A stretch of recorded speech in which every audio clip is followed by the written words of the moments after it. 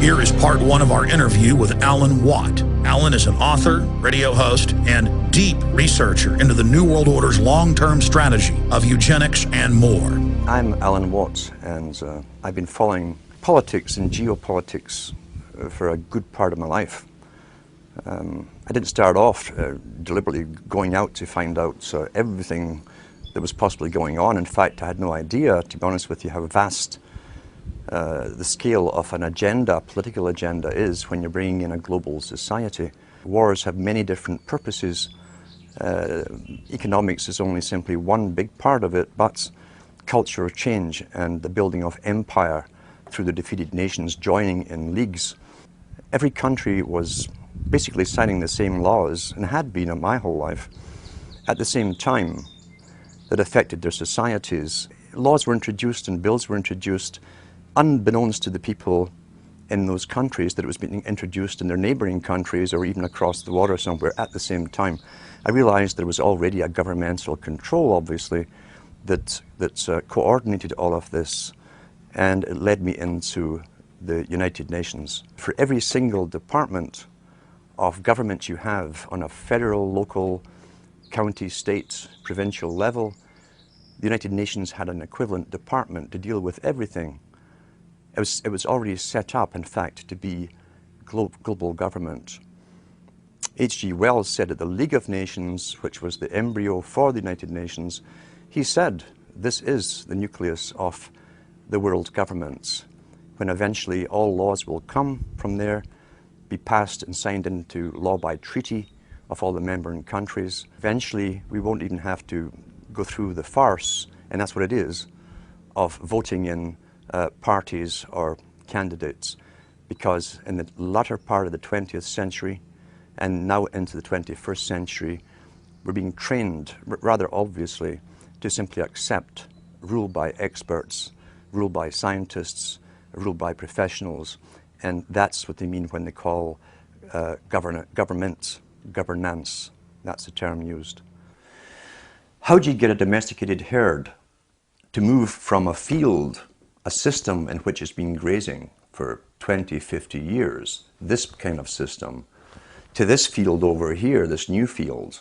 Because we have reluctance to change. We like familiarity, we like routine, you see. You do it by various techniques, one of which is revolution. Most revolutions are bloodless. You have cultural revolutions, sexual revolutions. Along with that comes the music revolutions, etc. These literally are designed to alter and direct culture, knowing what kind of culture they'll have at the very end of it too. They know exactly what kind of culture they want to come out of it. You also can do it through crisis creation. Crisis after crisis has been hit on the people of the world since 9/11 happened. And we must understand that the techniques that are used abroad are also used at home in warfare. And we heard the term shock and awe. Shock and awe on the hard force level, as they call it, is bombs, all kinds of acoustic equipment to nullify enemies, scare the hell out of them through voice to skull and so on, which was used in Gulf War I, and it's all over the British media. But you can also use shock and awe on your domestic people again. You do it by crisis after crisis until the public are so terrified. See, the average person has a sort of confidence that they build up where they think, I can manage most things that come my way. Whatever little crisis in my life, what happens to other people, I can deal with. When all those around you are getting scared at the same time as you because they're losing their jobs, they've been threatened with pandemics, terrorists everywhere, terrifying people to even get on subways, and so on. And all those around you, as I say, are also in the same boats. You tend to be more easily directed by the powers that be that come out and speak with authority and confidence over you. That's why they give you a guy like Obama, who's trained in oratory. He was trained in oratory, not in truth, but in oratory, the technique of persuasion. Shock and awe, as I say, is a technique of making a person and a whole population punch drunk And each one of those fears, you see, you understand, the average person can handle one major crisis in their personal life, maybe two at the same time. It's understood in psychology and many, many studies that if you have maybe 3 to 4 crises hitting you personally in your life at the same time, you will literally go into an incredible depression, a reactive depression. You can't cope. That's understood. Apply that technique on a whole population. The thing is, there's not one of these crises that we're being told about that you personally can do anything about. What can you do about terrorism if it really exists all over the place? It's out of your hands, you're helpless. What can you do about a coming pandemic? It's out of your hands, you're helpless. What can you do about a nuke getting set off in New York Harbor or wherever? You can't, you're helpless. The message you're getting is that you're utterly helpless to defend, help, or save yourself. That is complete shock and awe tactic that's been used not only in the US and Canada, but across the world. Same strategy, because we're already global with the global society running us all. Massive psychology and warfare techniques in psychology has been used across the planet to make us succumb to fear and crises, as I say, and none of which we can actually do anything about on an individual level. Therefore, the leaders are presented to us on screen with uniforms or business suits and ties as politicians who speak with confidence, all scripted, of course, and they seem to have everything under control. You're now basically a fearful slave looking up to the powerful master to defend and protect you. That's the simple technique of it. I've been speaking about the Rockefeller Foundation. I was mentioning the fact that in the United States, the Rockefeller Foundation, which also runs, I think it is the Carnegie Foundation today, maybe even the Ford, they're all combined. The families that are given the intergenerational rights, if you like, or authority to lead the world to amalgamation under global governance. Mr. Rockefeller also is heavily involved in the world depopulation strategies. He funds abortion clinics across the planet. He also funds hundreds of other front foundations that you would think were independent from his, but they're actually front foundations. He funds them all through his money. You can trace them all back again to so-called family planning clinics across the entire globe, especially in the third world countries. It seems that Mr. Rockefeller is intensely worried about overpopulation in the near future from countries which will have no industry, etc. And he sees it as his right to start the decimating process, basically, of depopulation. Last winter, I got an invitation to attend something called the World's Citizenship Council, the annual meeting. That kind of floored me because the head of the World Citizenship Council is Mr. Rockefeller himself.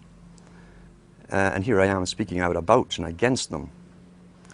So this did not come out of the blue. They try and get you on board working for them. What was also more startling was they always give members maybe 15 minutes or 20 minutes to speak, and I was offered that to speak on stage to this world meeting. The world's citizenship idea is part of the old idea of Cecil Rhodes up into Lord Milner to the Royal Institute for International Affairs and the Council on Foreign Relations. Mr. Rockefeller is up on Google in some of his conferences giving out World Citizenship Awards to very famous people. So they've already bypassed and have bypassed sovereign nations a long time ago. What other benefits you get from being a world citizen, I'm not certain at all. But I was allowed, he said I'd be allowed to speak at this conference. He did not say what to speak about, or he didn't say anything about what not to speak about. And he also said that, this chairman, of course, who wrote to me, he also said that I'd be allowed to participate in the round table groups which come after. The round table society is very, very important because the round table societies were set up as far back as the Milner Society and the Rhodes Foundation. They came out with the first round table societies. What they do is take the topics that are discussed at the main meetings, then they split off different tables to specialize in certain aspects of the speeches they've heard and find ways how to implement them into reality through media, promotion, various methods of propaganda and so on. I did not attend. I was tempted to go just to see if they would ask me not to speak about certain things, but it was the middle of winter and the journey to this university would have been pretty hectic anyway, and I was so busy. But you will be approached, and that's not the first time I've been approached to do this kind of thing.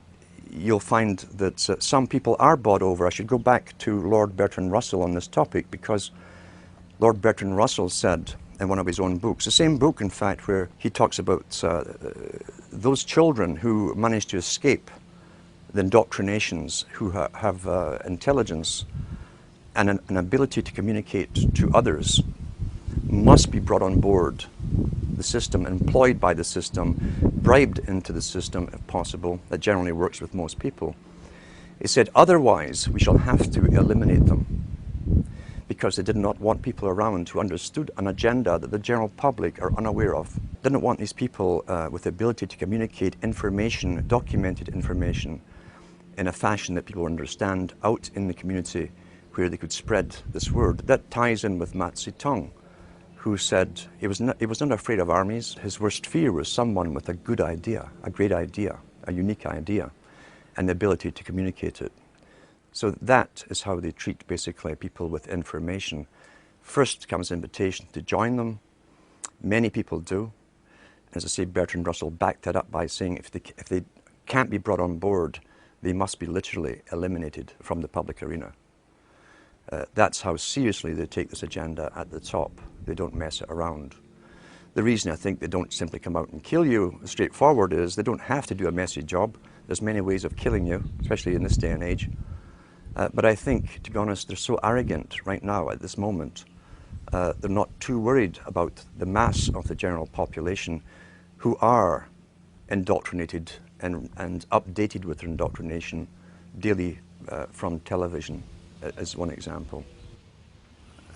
About 100 years ago, this big organization with many branches, they wanted to rule the world basically using Britain as a nucleus of a system, an embryo, which also was going to be joined with the US under the Anglo-American establishment, wrote about the kind of culture and the changes of culture over a 100-year period that they would actually design. We're all tribal to an extent. That's why we even bother to vote for a tribal leader. This is well understood. That's why we're supplied with these leaders.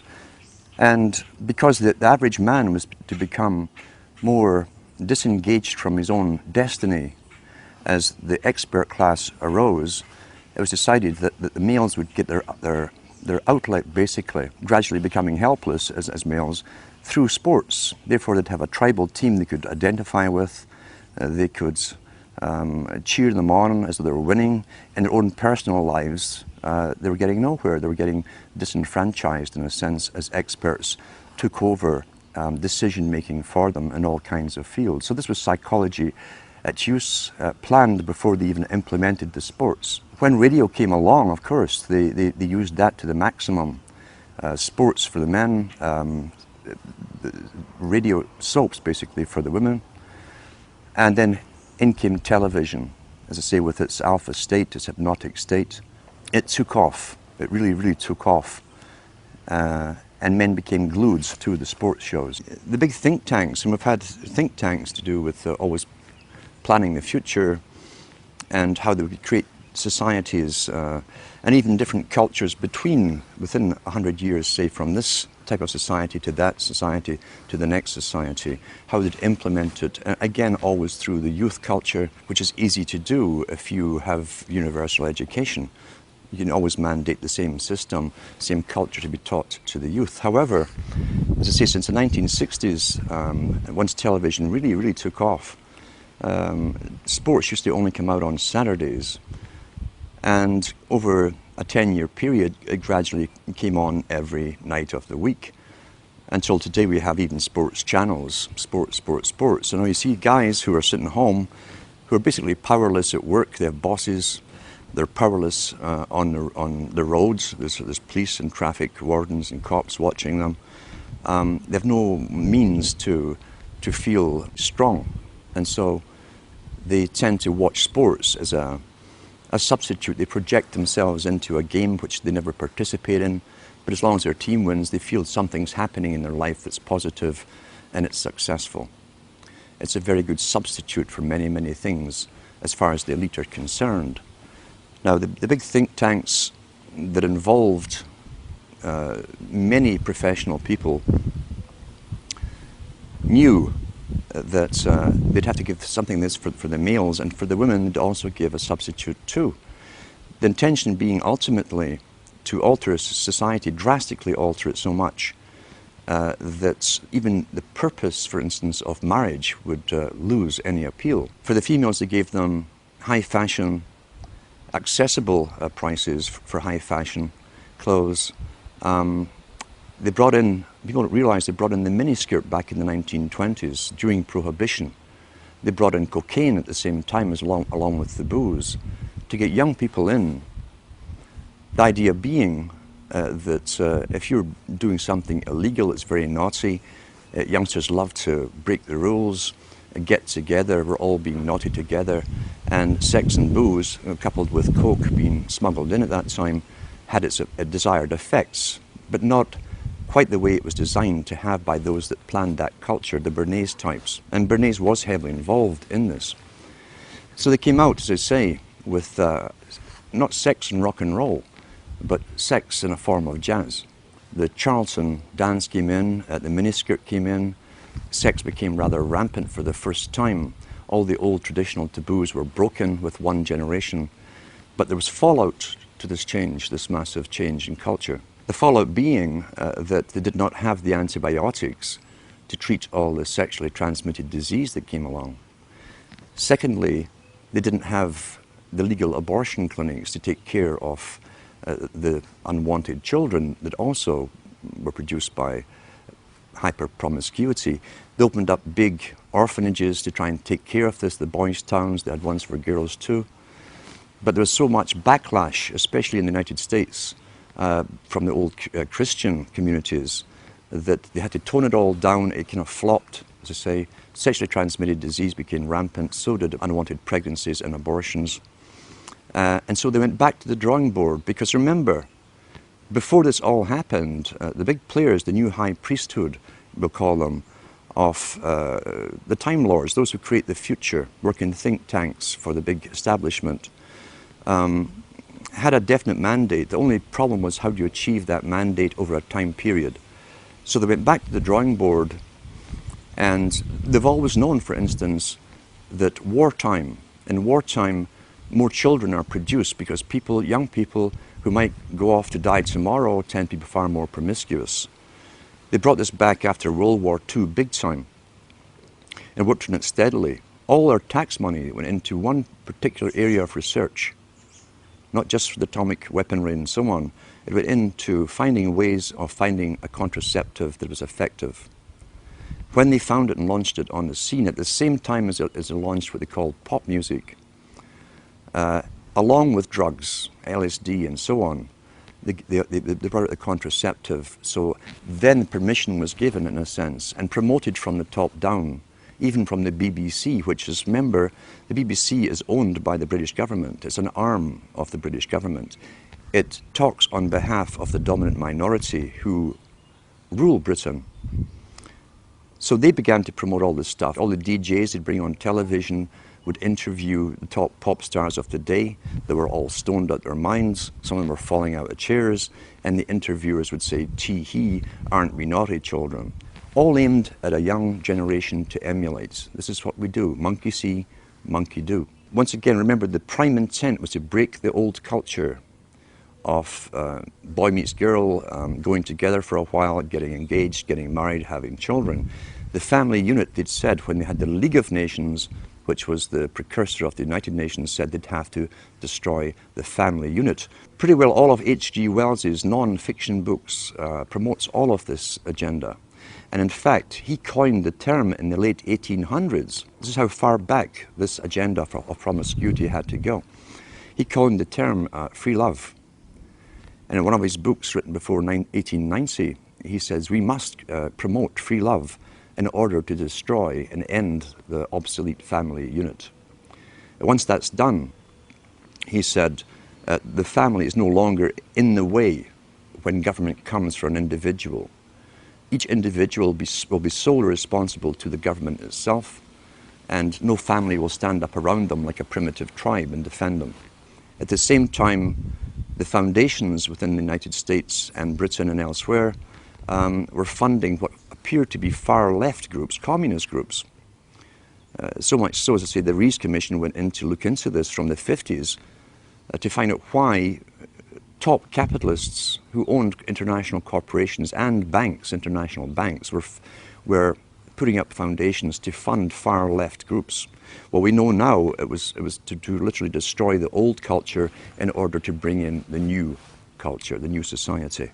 So therefore you have the proliferation of sexual activity. The fallout still came from unwanted pregnancies, far reduced than it had before because of contraception. But then came the lead of the feminist charge, again funded by the Rockefeller Foundation in the States, to spearhead and demonstrate and demand the rights for abortion. If they could get the public to devalue human life, and that's in the writings of Julian Huxley. He says if we can get society to devalue human life, he says, and take humanity off its pedestal as a supreme being on the planet, then, he said, we can bring in our controlled society with a workable population. Everything works within culture towards an agenda.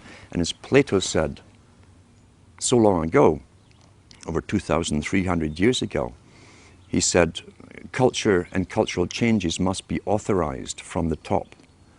If it's grassroots, truly grassroots, then it's outside of the elite's control, and ripple effects could occur, and it could spread anywhere. They couldn't control it, contain it anymore. Therefore, the major changes in culture, which Plato said came through drama and the emulation of actors, actresses, including fashions that they wore, and the music they heard, had to be strictly regulated and authorized from the top. The whole science of this, which was always a science, and understood by those in those businesses, was used to the maximum to literally drastically alter culture so radically in the 60s and 70s that they could never return to a past way of living. We tie that in with another big player, Lord Bertrand Russell, who had experimental schools under royal charter, where he could do things that anyone else would be locked up for doing. He said in his own schools, and there were mixed schools, he said that if he could encourage pre-pubertal sexuality amongst the children, encourage multiple partners from before puberty, he says the chances, because of study and observation, the chances of them ever bonding with one person for the rest of their life was pretty well obsolete, null and void, wouldn't happen. Therefore, that technique all came into play during the 60s. It was called free love. Drugs helped it along the way. And that was the beginning of what we saw as short-term relationships. Divorces became more and more common. Interestingly enough, divorces really took off not because society demanded it or it came from a need or demand from the people. Divorces took off because the Hollywood stars, and remember too, the drama industry, the entertainment industry have always said this, the people follow the stars. And they're the guiding stars in the so-called occult, you see. We tend to worship wealth and people and famous people. We want to be like them. We want to identify with them. The whole idea of divorces came out from Hollywood, with the top stars leading the charge for this. Women started to talk about it, who was getting divorced, what actress from what guy, and so on. And gradually it put the idea across to them that, well, if they're getting divorced, then maybe so should I. At the same time, the Bourdaise techniques were used through all kinds of magazines. At that time, 97% of all magazine publications were aimed at women. Because advertisers have said, and it's still taught in marketing schools today, women are far more easy to get to go along with something new than males are. So within all these magazines and write-ups about their famous actresses, their heroines and so on, the rich ones, the average women were reading these stories and identifying with them. They were being told that you can do anything, you can have it all, You could have a career, you can have a family, you had a home. They gave them utter lies, and they coined the term superwoman. So across the whole of Europe and the States and Canada, at the same time, always coordinated at the same time, the media entertainment industry were promoting stories of superwomen.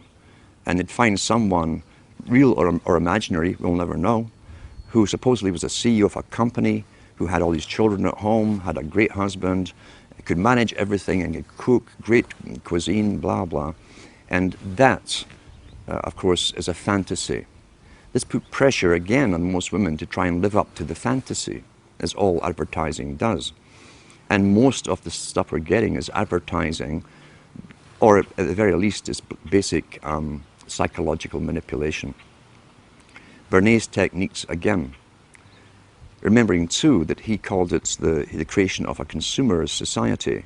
Well-behaved people, as long as there's money going around, they would go into the material world and they would forgo having children. That's the same thing as Charles Galton Darwin talks about. If we can encourage the woman and the male to go after the material benefits of the world, there's a slimmer chance they'll actually have children who tend to be economically burdensome. People were addicted to television in a very short space of time. Most people still today think that all entertainment to do with movies, drama, is therefore nothing more than their entertainment. It never ever was that case. The greatest social messages are promoted through movies and drama, high drama, through the fixation of emotive sequences, emotional sequences, not logical, factual sequences, but pushing points across in an emotional way which register and fix in the mind. So emotional content is very, very important, rather than going through an actual discussion or an argument using logic and facts. There's no debate. And when you're being downloaded through fiction, your guard is down, the censor part of your brain is not in action as you would in a debate or a lecture. You're actually in an alpha state being completely downloaded with new ideas. Very similar to a computer. And so therefore a culture industry, which is called by its own the culture industry. The Soviet Union had a department called the culture industry. Their actors and directors were called the cultural leaders. All you have to do is keep giving them new updates every so often, and you can change an entire country or a nation or a block of nations who are all getting the same upgrades at the same time along certain paths. Today we call it political correctness. Most people want to belong to their peer group. They want to be the same as everyone else when it comes to opinions. In fact, they judge their own personal sanity by bouncing ideas off their neighbors and friends who will answer back and agree on these same topics in kind. It doesn't matter if the topics or what you're given are facts or utter nonsense. As long as everyone agrees at the same time, you'll say, well, I'm sane, and your friends will all agree because they've had the same information given to them. We don't only get the same information given to us, we're led through sequences, even documentaries, to leave you with a predetermined fixed conclusion on any given topic. Most folk are once again unaware of this. They think, I've just been given all the facts on this topic, and this is the obvious conclusion, which is always given to you by the final experts on the particular program. There's no thinking involved. We tie this in with the Brzezinski. Brzezinski said in 2 Ages, now this guy was way up with the NSA. He's a master geopolitician. He admits he works in 20, 50-year periods to do with geopolitics in other countries. But he said himself, the public will shortly be unable to think or reason for themselves. He says he was meaning by the form of information that was given to them, the type, the formulas that were in use then in the 1970s. And eventually, he said, they will expect the media to do all their thinking and reasoning for them. Well, that's happened today. That's why people today can't think outside of the programming from television. I'll give an instance, in fact, of why TV was so important to show you that it was so important to have it in the homes of ordinary people. Now, most countries in Europe, for instance, up into the 1950s and 60s, and I'll give an example, is Britain.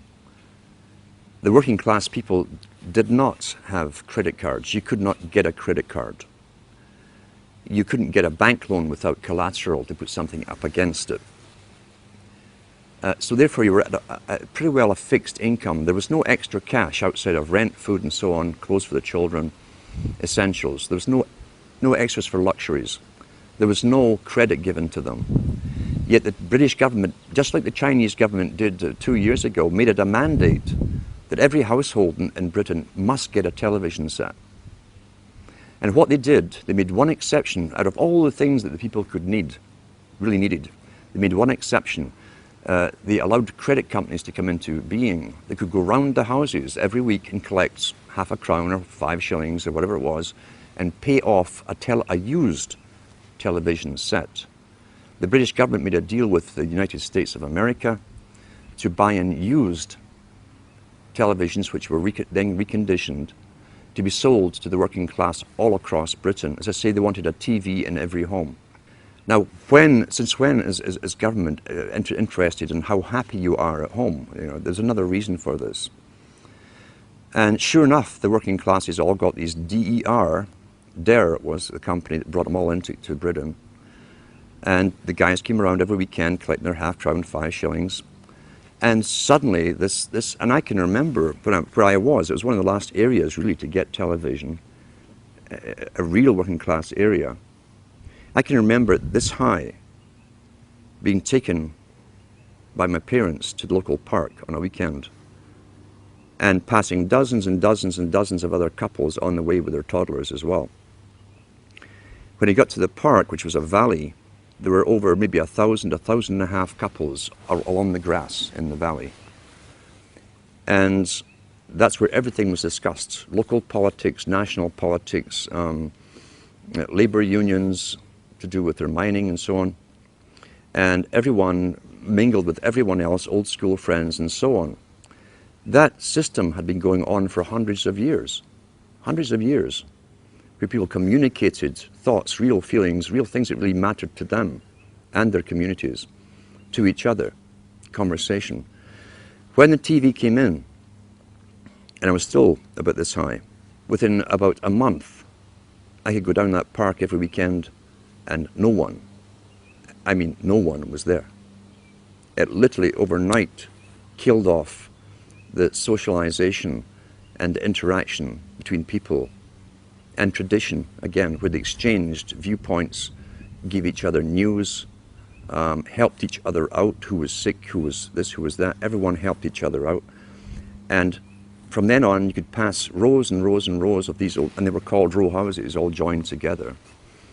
And all you saw at night was the flickering of that bluish light in the windows. And that was the end. That was the end of real communities. It happened within a matter of about a month. The flicker rate on the television is very, very important. It was timed to be so many cycles per second, and it actually just meets with the brain patterns for an alpha state. When our brain sees it through our eyes, we start to adopt that flicker rate in our mind, and we go into a deep alpha state. Watch children and watch their mouths. They drop open. They won't hear their parents talking. They're hypnotized, in fact. Why would they give that particular flicker rate when they could have chosen of a whole variety of flicker rates? It wasn't an essential thing to have. So it was done for a purpose. It was meant to be hypnotic. It was meant to be used as a tool of propaganda and indoctrination, even through the guise of entertainment and so on. It also was to create a new society because they were the avant-garde, as I say, leading the sexual revolution through drama, through little documentaries, fiction, non-fiction, all combined. Once again, back to Plato. The audience see what they see. You understand that it's even worked out towards different age groups. There's something on for everybody's age group. Each age group is actually being updated as well, even the elderly ones, into new ways of thinking or seeing things. but the target mainly was for youngsters. If we take one of the world's experts on propaganda, who is Jacques Ellul, who wrote extensively on how the mind works and how all entertainment, he said, that has to do with government programs such as police, detective stories, detective series, which contain little human dramas as the hook that you identify with, to make you watch the whole story. Child gets kidnapped, detective goes on a hunt, he goes through hell and fire to get that child back. You identify with the hero if you're a male, you'll identify with the heroine if you're female. And that's the hook to get you to watch them. But what he said was, all dramas to do with police, or even the military in movies, are pure propaganda. Pure propaganda. The human story is just the bait to make you watch through it, to get you to identify with it. Because once again, there's always a message left somewhere in the movie. It might even be a message that's against your own morality. It could be where the cop, for instance, does sleep with this beautiful woman while his wife was at home, and it's all part of the story, and even tell you why he did this. He was feeling down that day, blah, blah, blah. And so you've just again altered your viewpoints on how you yourself might behave in that situation. And that sometimes that kind of thing can be justified. That's how you're downloaded through entertainment. It's there to alter and direct and always upgrade into another step of the direction that the entire culture for someone else's purpose. Let's talk about the effects of the alpha state first of all.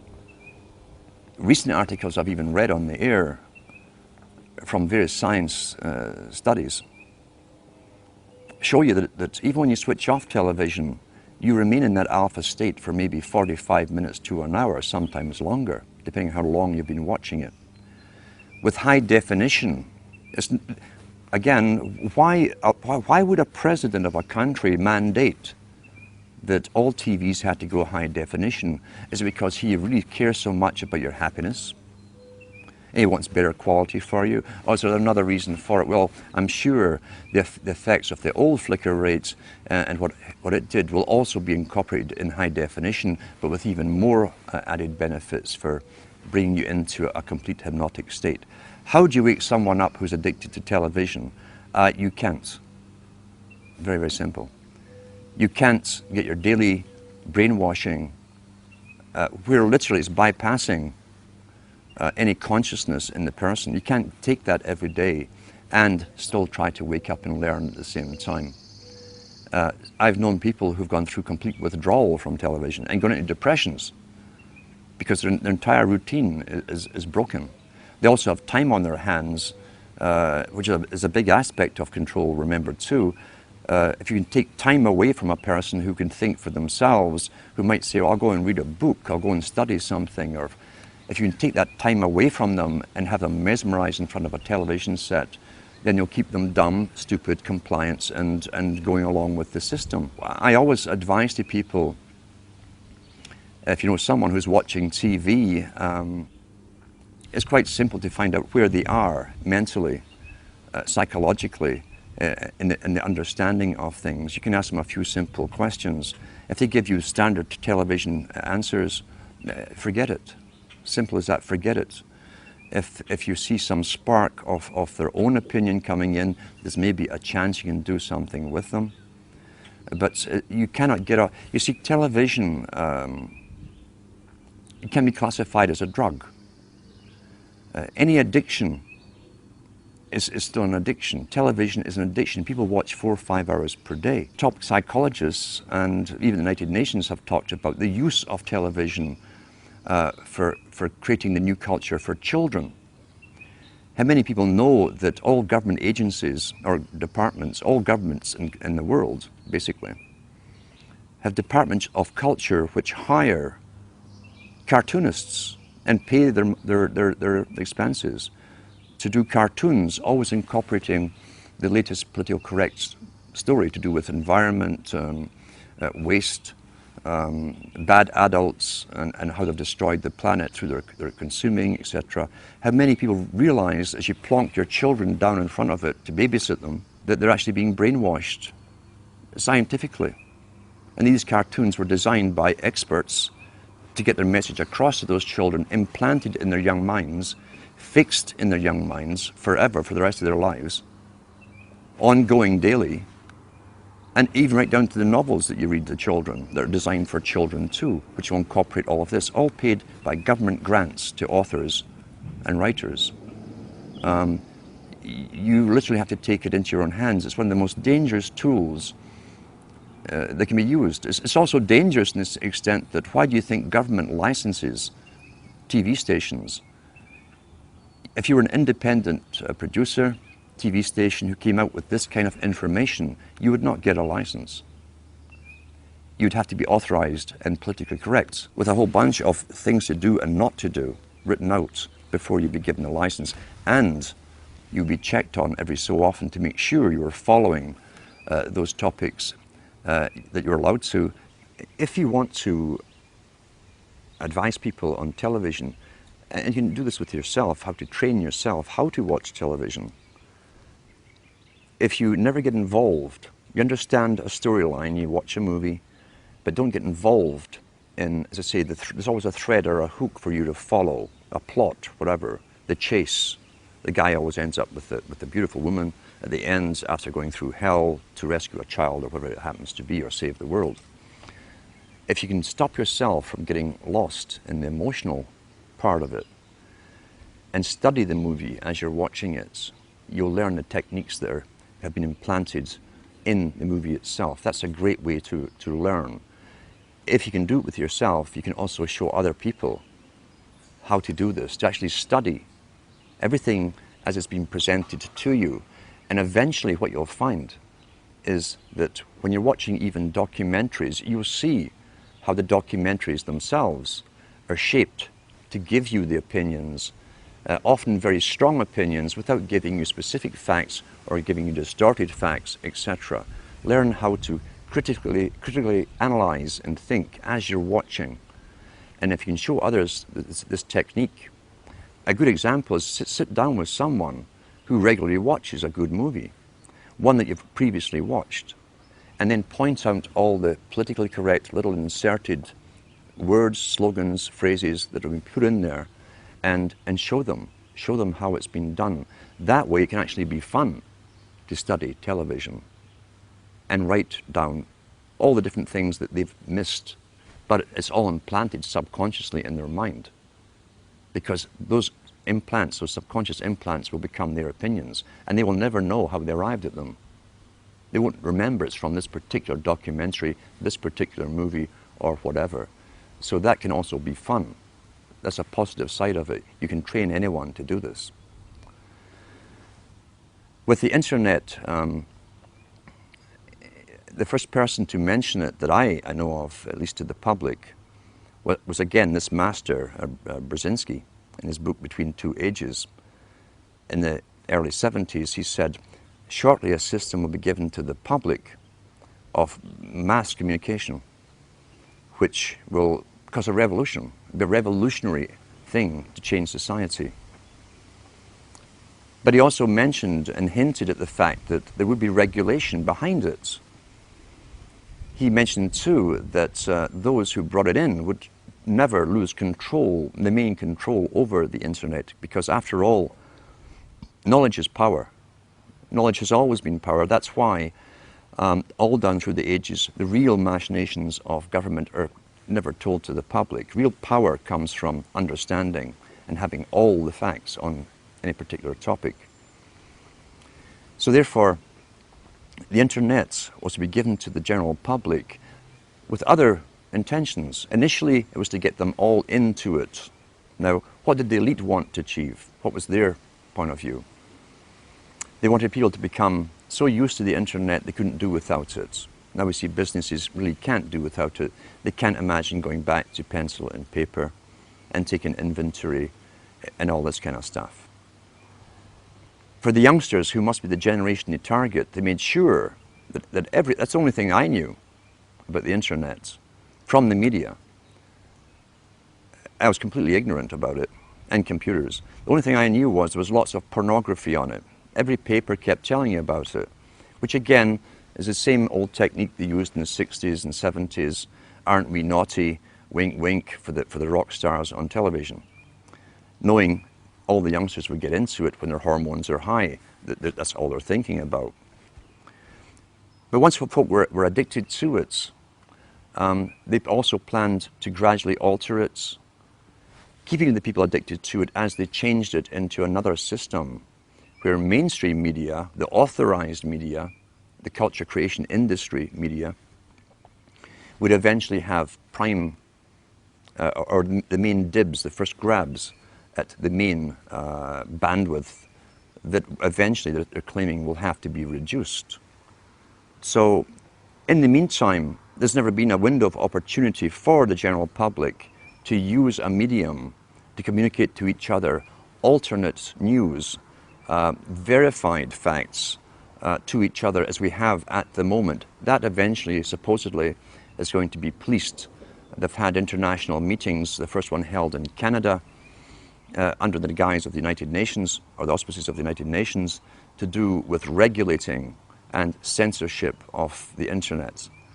They have these meetings every year as they add more laws to it. We know the cloud system is to come in eventually. It's been all over the media in Britain, where you won't be able to store anything on a hard drive. You won't even need a hard drive eventually. Remote servers will have all your information for you. It will then be used as a form of punishment if you were politically incorrect in some form or another. Then you'll be cut off from accessing that server with all your data until you toe the line and behave yourself. Social control can be used through monetary penalizations, or through other penalizations like withdrawing you access from it. It definitely will be used for social control again, unless it's a backlash from the general public. And they do expect backlashes from people who have become used to looking into whatever site they wish to look at, or communicating whatever kind of information they want to each other. Now, along with the introduction of the internet, we've got to remember too, the government agencies also set up and promoted chat rooms and all the rest of it. And there are agents within this strange nether region called the internet whose job it is to infiltrate people who are coming together as groups, communicating on specific topics to do with political changes, and disrupting those groups. So already it's a battlefield, and they called it the cyber wars long before they even gave this internet to the people. It had been an informational war, they said in all the papers. Therefore, government intelligence agencies would have to expand their roles with mandates to also be in this invisible world where they would manipulate various groups from within as well. There's also a lot of nonsense, of course, on the internet too, which can take you down conspiracy paths. I hate the term conspiracy because the government wants us to use it like we're some sort of hobbyists and some sort of kooks. I don't use the term. But that's become the most popular type of site now, is conspiracy site. And there's many out there, there's professional agents out there as well, who've been funded by governments and even launched by governments, to be well known, especially in Europe, to lead the conspiracy sites. Then they bring in the UFOs, the aliens, until you have achieved your goal. Counterintelligence. Let's talk about counterintelligence and how it works. What is intelligence? Intelligence gathering is sending agents out to simply listen. To listen in marketplaces, bars, cafes, as to what the people are discussing.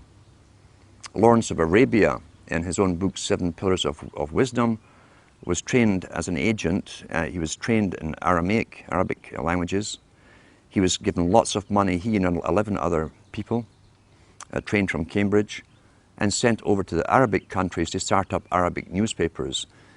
Once they started putting stories in the newspapers, they went round the marketplaces, they hired lots of guys to listen to gossip, to see if the intelligence they were putting out in the papers was being discussed by the recipients, the readers. That's basic intelligence gathering. What is counterintelligence? Counterintelligence, from a government's perspective, is taking information and data that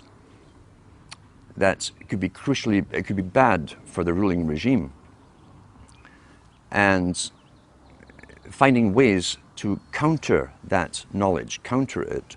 What you do, standard-wise, if you can't defame the person who's bringing out a truth or kill them, is to bring out your own heroes. Launch them well, finance them well into the same area, saying the same stuff that others are talking about. It's called intelligence, giving out facts.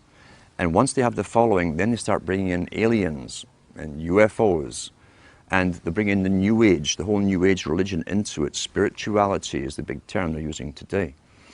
Until a newcomer, a skeptic, will hear this stuff from the paid agent, who's very good, who says gives the same data as the person who doesn't go into the UFOs and so on. But the guy who doesn't go into the UFOs, aliens, reptilians, and all the rest of it, suddenly is thrown out with the other guy. You're classified with them by association. Your topics are associated. Even though you stay clear of the fantasy stuff, the disinformation, you'll be lumped along with them. And then you've countered the intelligence. When you mention the facts, people laugh at you, say, oh, you probably believe that the aliens are running the world now. And that's it. That's counterintelligence. And that is also all over the internet. And it's paid for by, again, government psyops operations. Some groups that I've found are doing really good work, where people decide to get together physically, and they will choose a book to read to do with the factual data that's available to the public that can be proven. Oh, Herman Kissinger. And they'll go through it. They'll analyze the book. They'll analyze the phrases. They'll analyze the contents. They start to participate in what they're reading, because others will remember this particular era, this time when this event happened, can add to the thing and so on. That's participation, that's communication, and other information, as I say, from those involved who live through things can be added to the whole thing, giving you a much more complete picture. So it's a good idea to to start this kind of thing off in your local area, even if there's only two of you that started off. Don't sit and laugh. It's kind of comical at first when you say, well, we're going to discuss this book. You've never done anything like this in your lifetime. Sit down and get yourself a coffee or a beer or whatever you need, and take turns at reading. And ask the other guy, do you have anything to add what I've just read? Do you have any insights into it? What do you think of this? It gets you stimulated into participating and really thinking, because everybody who's alive today has been trained literally not to have to think. As Brzezinski said, shortly the public will be unable to reason or think for themselves. They'll expect the media to do their reasoning for them. So let's counter that. Let's get back to thinking for ourselves, using the data, the material, get involved, start using our minds again. And you'll be surprised, it's like a muscle you haven't used for a long time, how quickly you start to use it, how sharp you become so quickly. And if you can get larger groups and larger groups together doing the same thing, and then you can branch them together, communicate together, then they suggest other books that you haven't heard of. Maybe you need a particular book for evidence. I have stacks of them at home. Everyone has access somewhere to some material that got stuck away. And when you start putting all of this material together, mainly through, as I say, discussion and reading groups, you can add to the knowledge. The more knowledge and facts, actual factual data you can put together, the bigger your arsenal is. And the easier it becomes to show people and convince them, look, this is authenticated stuff. Here's the factual data, here's the physical book. Read from that book, and then have your discussions. What do you think about this? What do you think they meant by this? What do you think has happened? Have they fulfilled this part of an agenda? And most people will say, yeah, they have. Well, here's how they did it. The evidence is all there, but knowledge, remember, is scattered. That's also why, since the 70s and so on, televisions were put up in places where people used to communicate to each other, bars and restaurants, the pubs of Europe. Everyone talked and discussed everything. The televisions were all put in for a reason. And now everyone's mesmerized and you can hear sports or loud music. You can't communicate anymore. That was government promoted because the government licensed the big chains of taverns and pubs all throughout Europe. And so what you've got really is deliberate attempts. Nothing happens for no reason. Why? The customers weren't demanded. They were bored in bars as they discussed topics. People would just move around the pub talking and listening to the conversations, and they'd join in the one that you liked. Why was it so important to destroy communication? It's because it's a main propaganda tool that stops communication between people, even in a room. If you notice too, they don't even discuss the topics once the news is read to them, to each other. They've both been downloaded with the opinions. You don't have to ask what their opinion is. It's going to be the same one as you've been downloaded with, left by the expert. So we've got to get back to communications and communicating with each other and finding the evidence. Knowledge is scattered. Knowledge is power, so it's scattered all over the place and thousands of books. But when you can start these reading classes up and get other reading classes communicating with you, even through the internet, you can start putting the data, the factual data together, and so that you can present it to the public and bring in more and more members. Only knowledge and the will to use this knowledge is going to thwart the plans that have openly been made for us and declared from the elites at the top.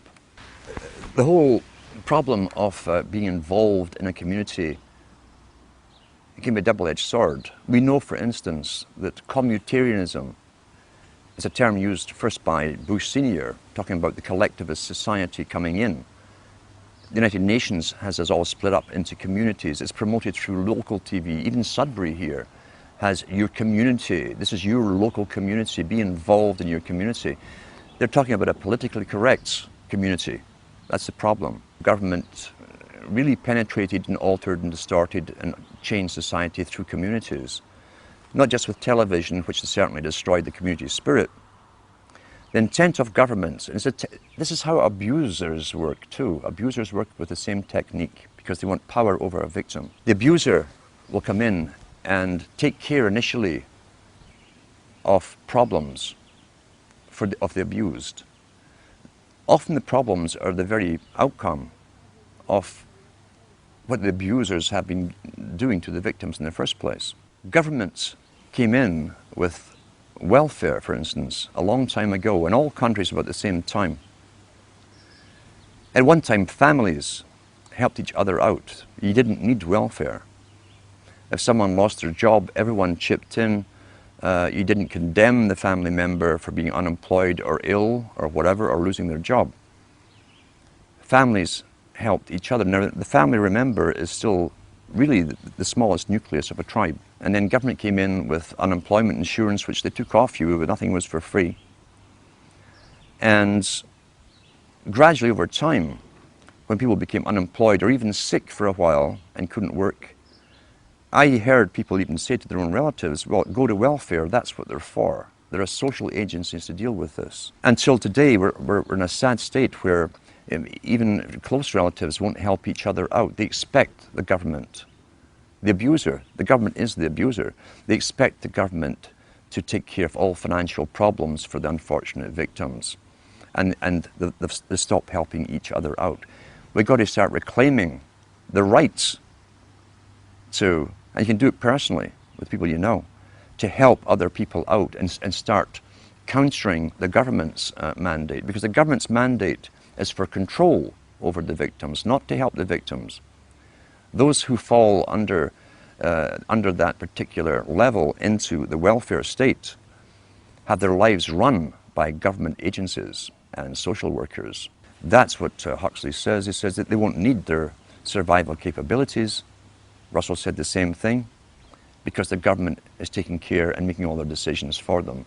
In order to help you, it's really to take you over and have you obeying them and their system. That's what you're up against, a planned war strategy, making them dependent upon government services, not their family units, not their brothers and sisters, their fathers and mothers, but on the state itself. We've got to counter that and become involved again in the lives of those around us and have our own true communities. It doesn't matter if there's only 5 of you in a community, even if you live in a town or a city, that's your own little community where you all have something in common. What it really is is gaining knowledge for your own and others' self-preservation and survival into the future. These video interviews have all been exclusive, and they're going to be archived at prisonplanet.tv. Please download them, burn them to disk, and give them to everyone you know. Upload them to YouTube. This information is vital not just to our free republic, but to the future of free humanity. And now, part 2 of our in-depth interview with New World Order researcher Alan Watt. I'm Alan Watt, and I'm an author and researcher into geopolitics, really, and history. I follow where the world has been, the techniques were used to bring them to those stages, and I apply them to where we are today and how the future is planned. I've researched so many books. I've got a library of my own. I like paperback books, or at least hardback books, because they're permanent records of the past. And if you can't understand the past, you won't understand the present or the future. I've also been in the music business, heavily involved for years, and I saw how culture creation worked from the top, and how generations were swayed into new fashions, new ideas. I've been following the histories of what's now called the New World Order for many, many years, and I try to go into the books written by the big players, the technocrats themselves, those famous people like the Kissingers, the Brzezinskis and so on, the Huxleys, the Lord Bertrand Russells, who all worked for the same organizations. And I came to the conclusion, really, there was only one big organization with many subcategories.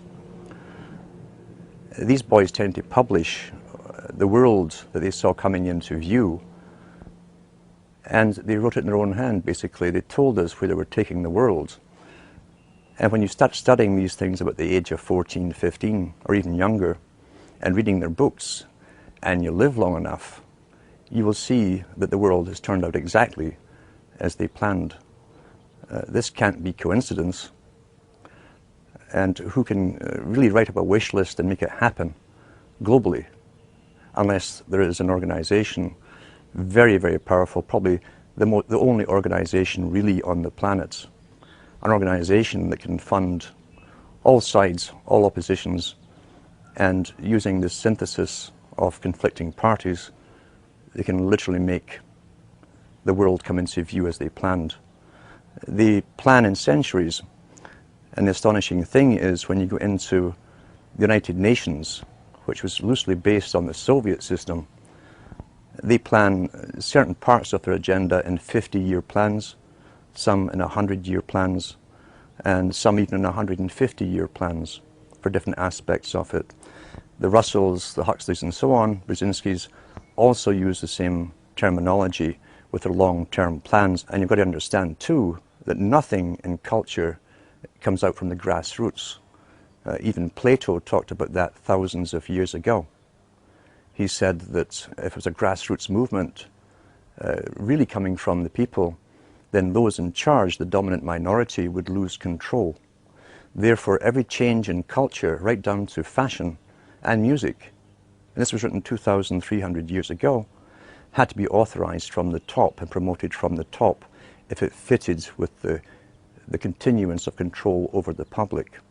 And these are sciences which were taught down through the ages, are still taught today to the big players, and they've used it to the full in the 20th century, now into the 21st century with the use of television, mass communications, radio, etc. Everything has been given to us for the appropriate time and stage in the actual planning. And for those who are coming into this kind of study, it's best to go into the books, as I say, written by the big players themselves. They love to boast. Kissinger's got lots of books out there, so has Brzezinski. These are probably two of the master players in geopolitics. Try to stay away from all the conspiracy books. They're also put out there on purpose, very fascinating books, but they lead you in circles forever without giving you the overall picture to the fact that every generation has a purpose up until this present time. And in a post-industrial era, these big boys have decided, and their masters too, that we are simply superfluous and they no longer need us.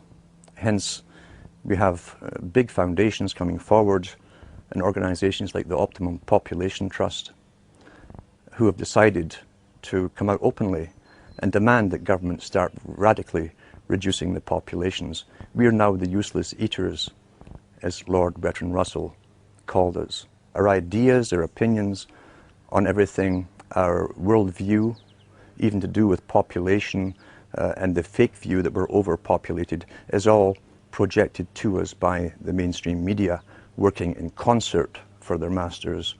And we begin to parrot what we hear through repetition, and that's so important, is repetition with slogans and catchphrases. And once you hear it happening in your own local group, your milieu, then you know it's working. And the camera can make anything appear to be true. You'll see that in India, for instance, they always use the same streets of Bombay to make you think that you're massively overcrowded, and that's the impression people think of the entire Indian continent.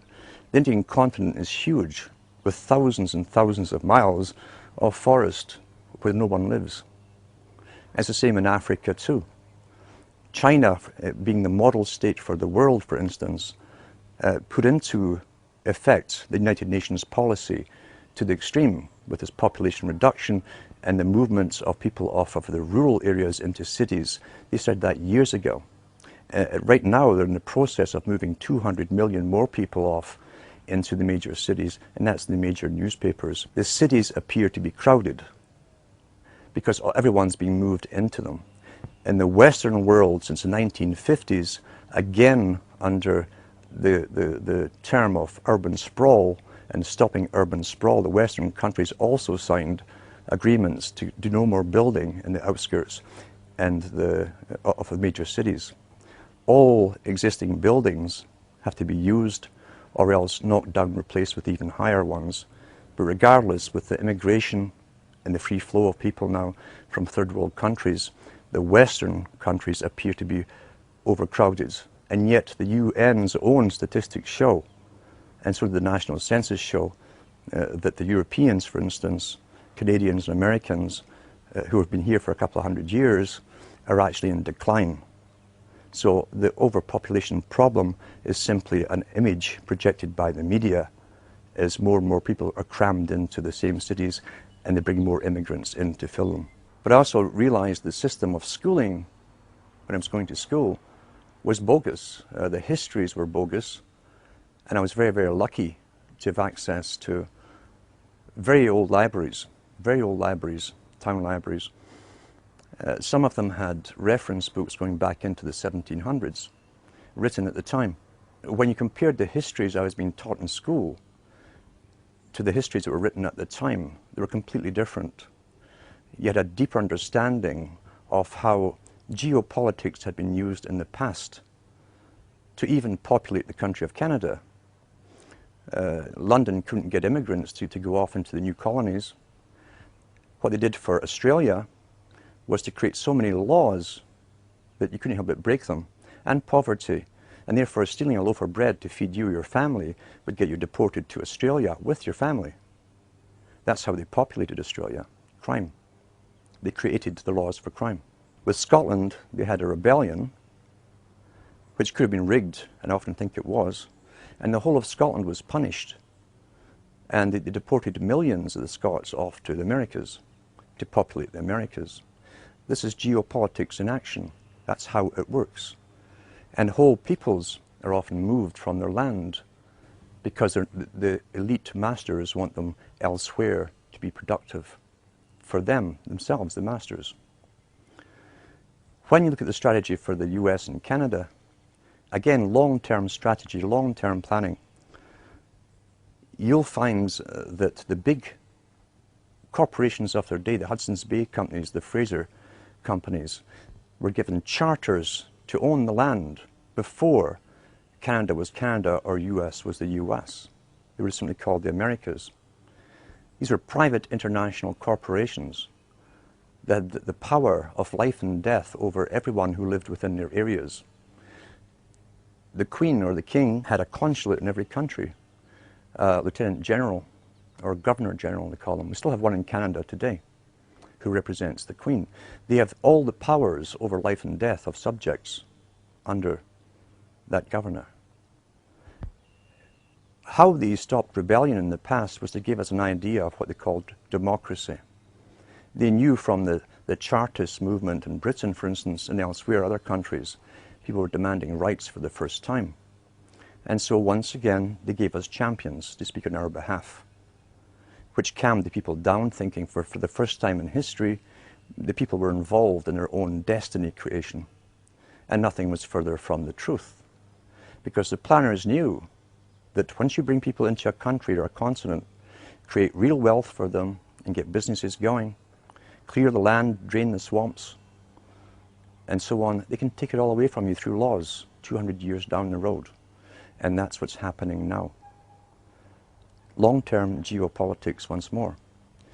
And if you think I'm kidding about this, go into the history books written at the time. They're still there in some of the libraries. And you can also go into the art of geopolitics.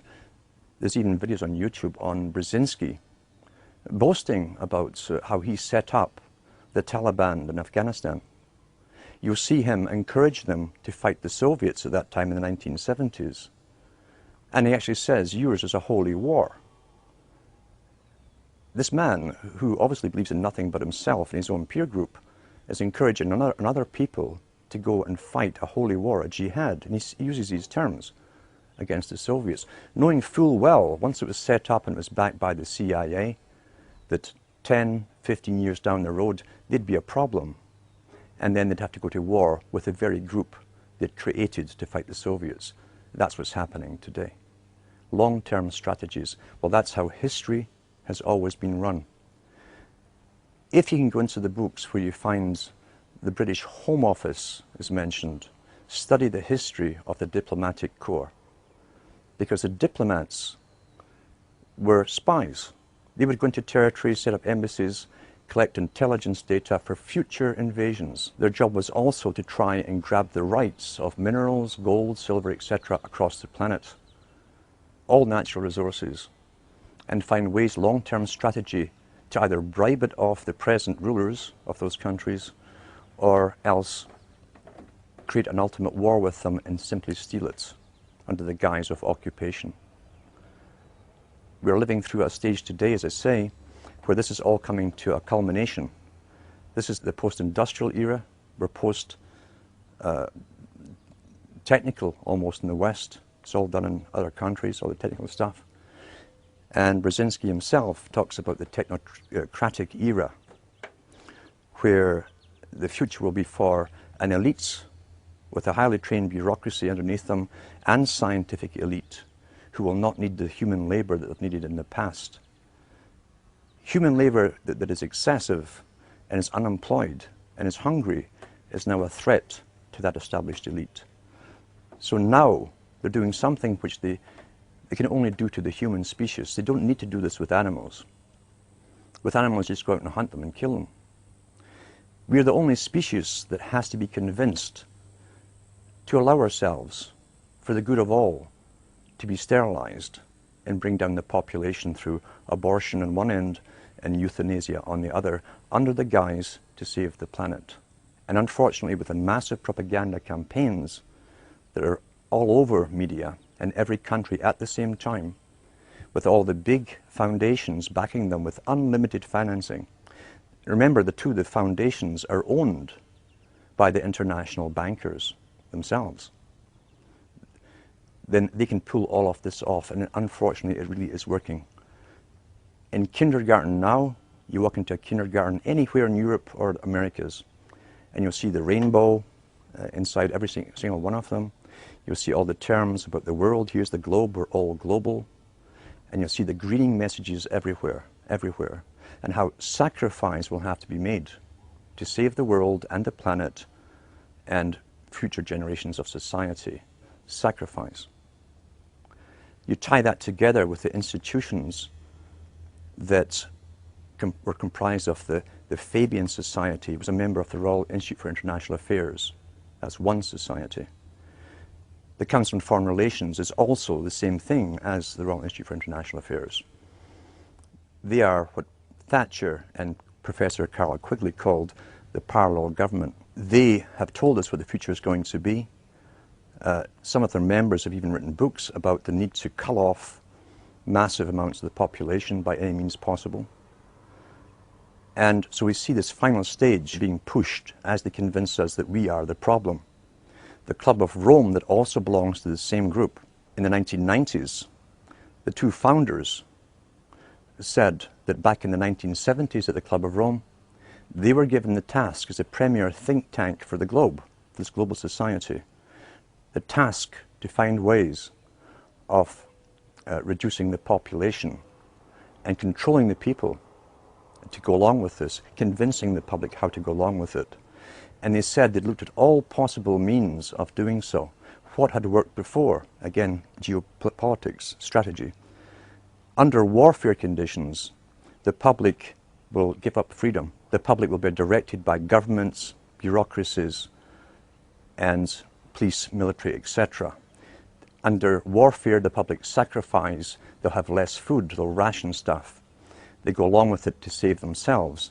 Therefore, they'd have to find a warfare strategy, a reason for war. And what they came up with was that man was the enemy of the planet. They said that the idea that global warming could be created and blamed upon mankind would fit the bill. These are the words they used. That would fit the bill, written in the 1970s, and decided at the think tanks then, and published by the guys involved in a book called The First Global Revolution, well worth reading. When they hit upon an idea from a premier think tank, they will never change that agenda. I've said before, it wouldn't matter if we're up to our eyes in snow all year round. They will still stick to global warming. That's the agenda. Now, of course, they've changed it slightly to climate change, which simply means changes in the weather. And they're in the process now of convincing the general public to be afraid of summer, for instance. It's all done through the alteration and distortion of perceptions. Massive psychology is used on all of this. And they certainly understand mass psychology of the general public. These boys don't simply announce things or make up a wish list of the future and send it up the chimney to Santa Claus. When they come up with an idea, they implement it. I've followed the United Nations Department of Statistics as they announce every single year the sperm count of the Western male, which has been falling drastically since the 1950s. They say that it's down by about 75–85%. Now, when something like that's happened across the whole of Europe and the Americas in 50 years, and they suddenly started noticing it 50 years ago, sudden onset, and there's no crisis made about it. There's no comeback after announcing the statistics. They just tell you the cold, hard statistics and go off to the next statistic on some other topic.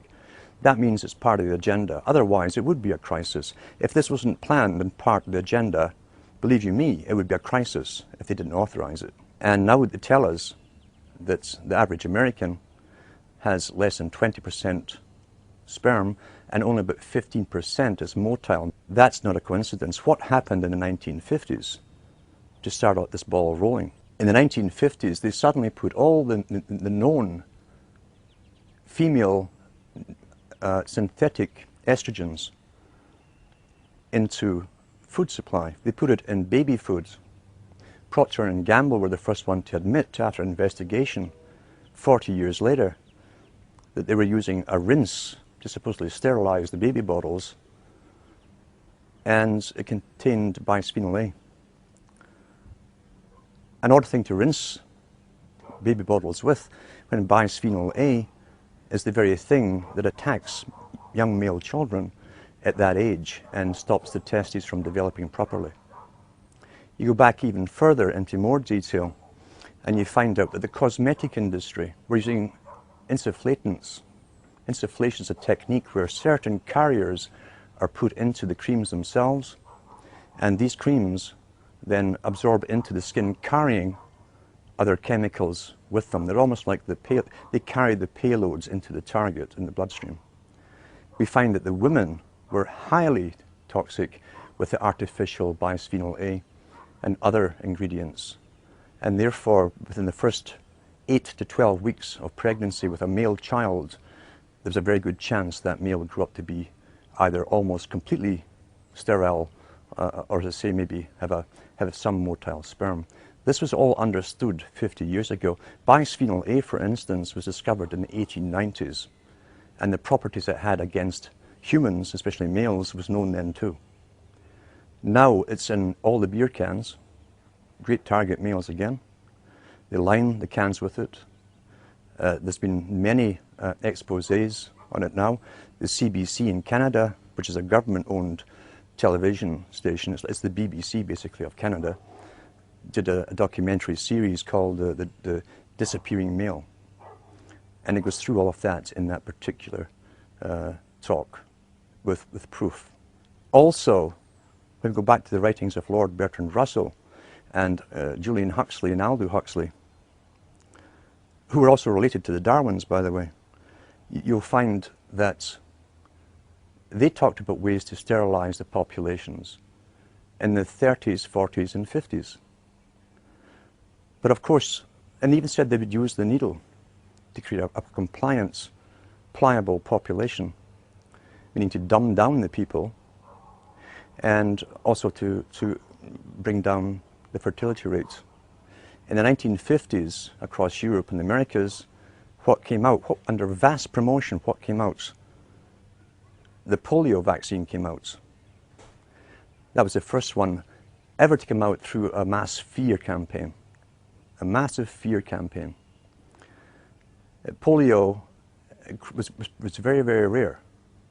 Yet if you go back to the old PATH black and white newsreels that they showed all over the world at the time, they showed you the same one boy in the iron lung, and that terrified the whole world. How many polio cases was actually there? Was it really polio? We do know that from those first shots, those injections, the generation that got them all ended up with carrying 100 simian viruses, live simian viruses in the shot, and simian 40 only had one function according to the maker, the discoverer of the vaccine, and that was to cause cancer. And I also have a copy of the discussion with this particular man and his staff admitting that. They knew that at the time. What they said was they thought that the risks outweighed the bad benefits that might come along down the road. That was their excuse. Since then, we've been trained to accept more and more inoculations until babies now get something like 30 inoculations before they're at the hospital. When you look into the big manufacturers of inoculations, like the Baxter Laboratories that were in the news recently because they sent out live flu virus along with the bird flu virus mixed together, and were caught by another country who tested it on ferrets, and the ferrets all died. They had done the very thing that they say that they're worried about happening in nature, where the common flu is mixed with a killer flu and becomes highly contagious. They actually did it by mistake, we're told. But go back into Baxter Laboratories even further, and you find Baxter Laboratories was part of IG Farben Group in World War II. They were responsible for creating chemicals and so on that were used as gas. And they were also used in other medical experiments on prisoners. That's in the records of the inquiry that went on into IG Farben. A good book to read is The Crimes and Punishment of IG Farben. All of that stuff's documented in there. All the companies, the Western corporations that were involved in the setting up of the Hitler regime are mentioned in that book. And Baxter Laboratories, the one who's coming out with all the shots we have to take supposedly for the swine flu, are still on the go. So when you go into, let's see, Connaught Laboratories as an example, Connaught Laboratories was employed during World War II to manufacture bacterium and viruses, fungus that would attack wheat and corn, etc. in Germany. Mr. Banting, who discovered insulin, the great hero Banting, during World War II, his main occupation was finding ways to annihilate the food supply of an entire country. And he came up with ideas of creating a form of what we now call mad cow disease, something that rotted the brains of the cattle for herds, dairy herds and beef herds. And it was manufactured in World War II. And I often wonder if there really is such a thing as mad cow disease, is that where it came from? But to say these big laboratories and Connaught laboratories eventually became responsible, for instance, for the blood supply for hospitals and hemophiliacs and byproducts of blood supply for Canada. When Mr. Clinton was in power, he signed a deal with some prisons in the US where the prisoners would get $1 or $2 for a pint of blood. And this stuff was all to be sold to Canada. And almost every hemophiliac in Canada, everyone who got the blood supply came down with hepatitis and various other diseases. The government held about a 10-year inquiry, waiting until they're all pretty well dead, maybe 1 or 2 survived, before they paid out compensation. They knew at the very beginning that this blood was contaminated. And these Connaught laboratories, part of the industrial military industrial complex used in World War II, buying the blood and selling it and distributing it across Canada. When the CBC did a documentary on Connaught laboratories and their role in this, the little guy who purchased it was caught on the steps of his office of a building, and he turned around and he said to the camera crew, after who questioned him on all the deaths that were caused in Canada, thousands of them, he said, "It's business." That was the only reply given. I've said for many years that the biggest international corporations are real corporations, but they're also front groups for one system. During the Cold War, for instance, many books were published on the war, how it would be won, and so on. And what they all agreed upon was those with the highest technologies would win. Now, if you were in a free enterprise system, you could never allow inventions coming out of nowhere, unauthorized, especially in communications and different means, to be given to the general public. Therefore, the CIA, MI6, and other countries' agencies created front organizations to lead the charge and control technology. You could never allow free competition in technology and give it to the people without authorization. It has to be permitted by those who rule. That goes across the board with everything, as I say, from those who rule. You create culture, you manipulate culture, you give the public what you deign to give them, you suppress that which you don't want the public to have. It must be under a control. You cannot have that with a true free market enterprise and true entrepreneurism. You can't have it. Therefore, you put up the front companies. They're real companies. They will really manufacture stuff, but it's what's been authorized. And guys at the top, CIA, MI6, fund them and run them. We've seen this with different banks that were set up by CIA in the past, where they funneled money to all the major wars we were fighting. It was the BCCI, was one of the first ones that collapsed. Papa Bush was a director at one time, and then he was back to being director of the CIA. These are front massive banks, massive corporations. A difficult thing for some people to understand is what's happening today is not just an elite making a final move to take over anything. Every generation for hundreds of years has been brought up with the same elite's predecessors, designing and running the show for each generation. The elite, in fact, are simply moving their system into a new system, an updated system to suit themselves. That's a hard concept for people to grasp. They've been trained to believe things are happening at the moment by happenstance, by crisis coming out of nowhere. And here's what we must do. We must solve this problem at the time. Nothing is further from the truth. And when people wake up, they generally go through the same stages as someone who becomes bereaved when you find that democracy never existed in the first place. You go through an anger phase, a depression phase, You'll blame whoever is handy, and then hopefully you emerge from it and you become active and you want to learn what's really going on and what has been going on. But you'll also eventually come to the realization that you're up against something, a system that's very, very, very old. It's the only truly organized system on the whole planet. It uses sciences that are ancient in population management. It gave us a system of money. Money is a tool that we must believe in to serve them.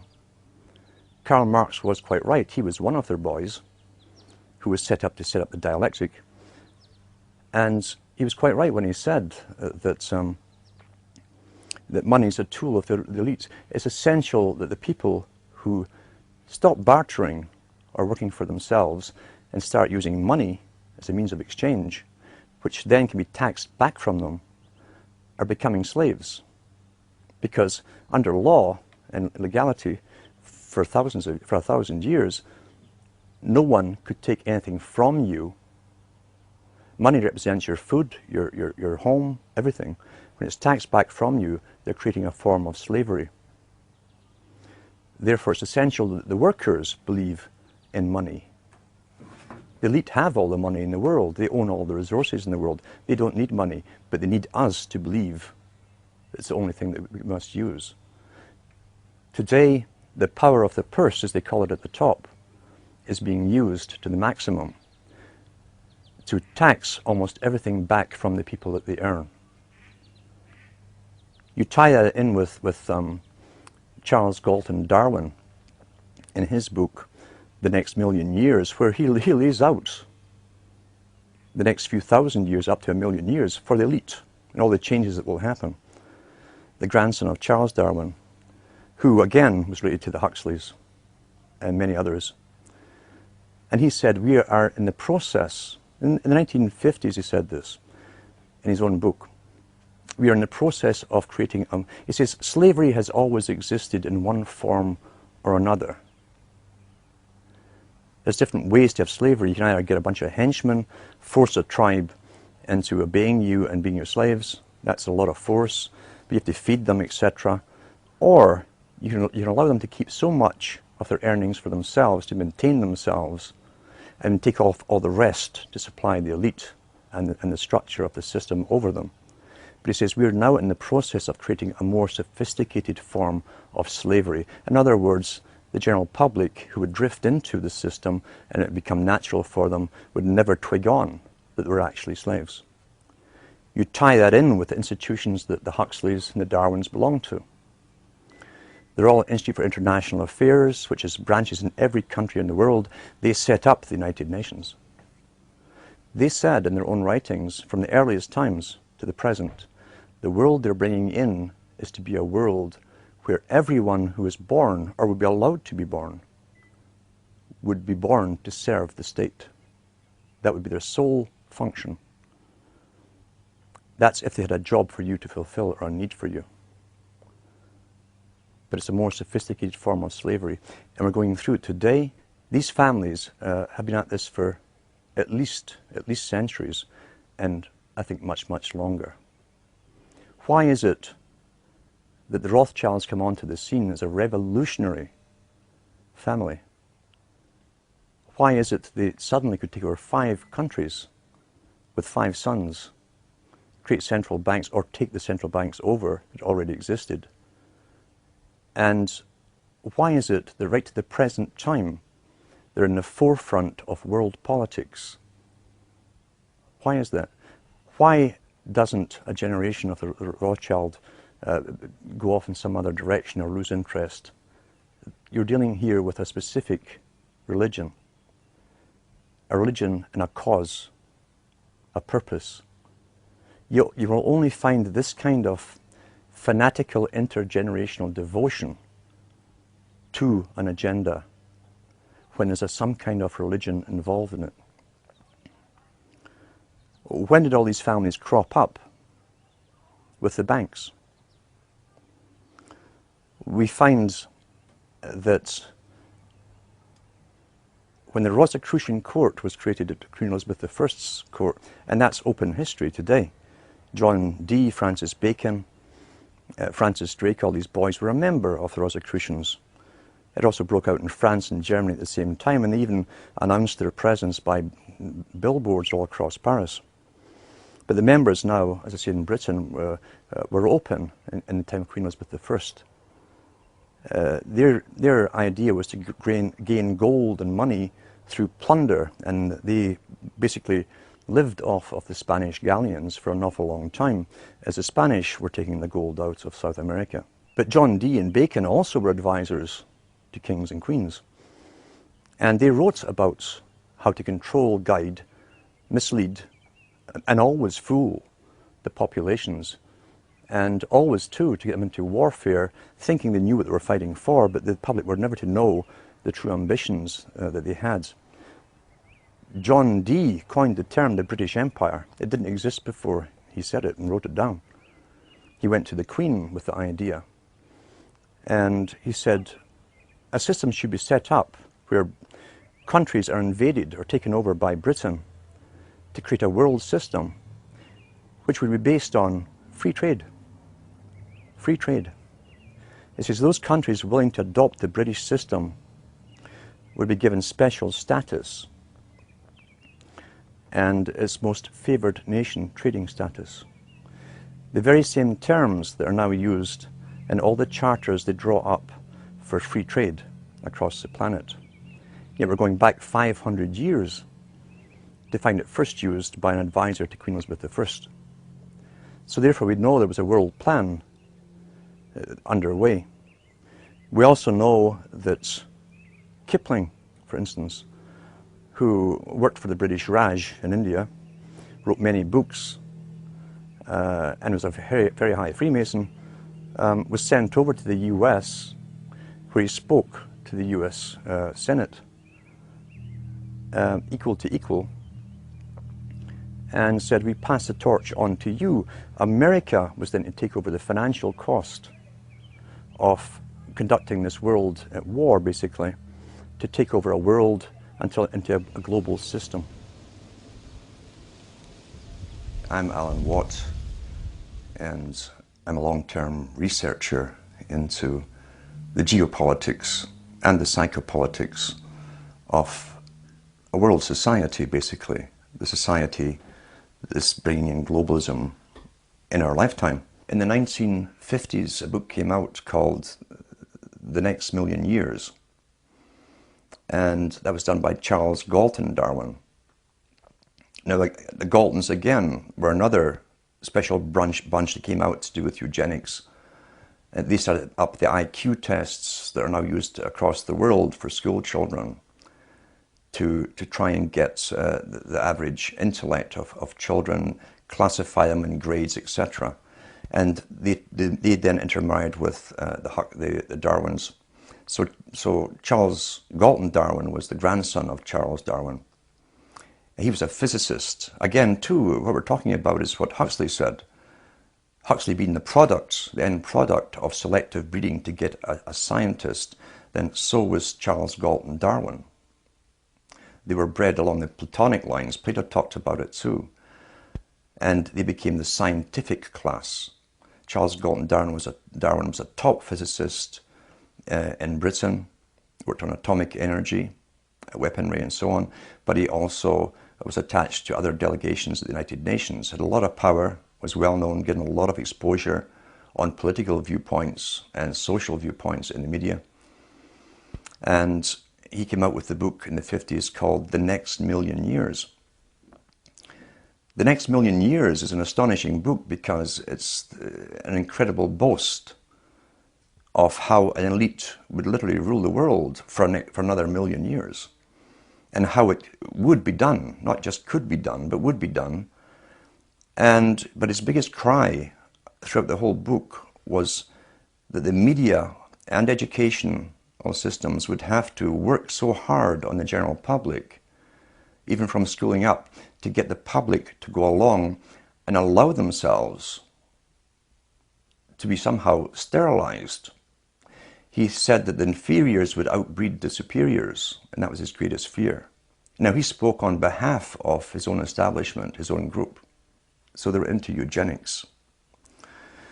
And you'll find the United States became a great laboratory for eugenical experiment. People don't really realize that, because when many of the Albigensian descendants, the Cathar descendants, the Bogomil descendants came into the United States under the guise of Christianity, they set up their own particular eugenical experiments. The Mormons were one of them, where couples were matched up.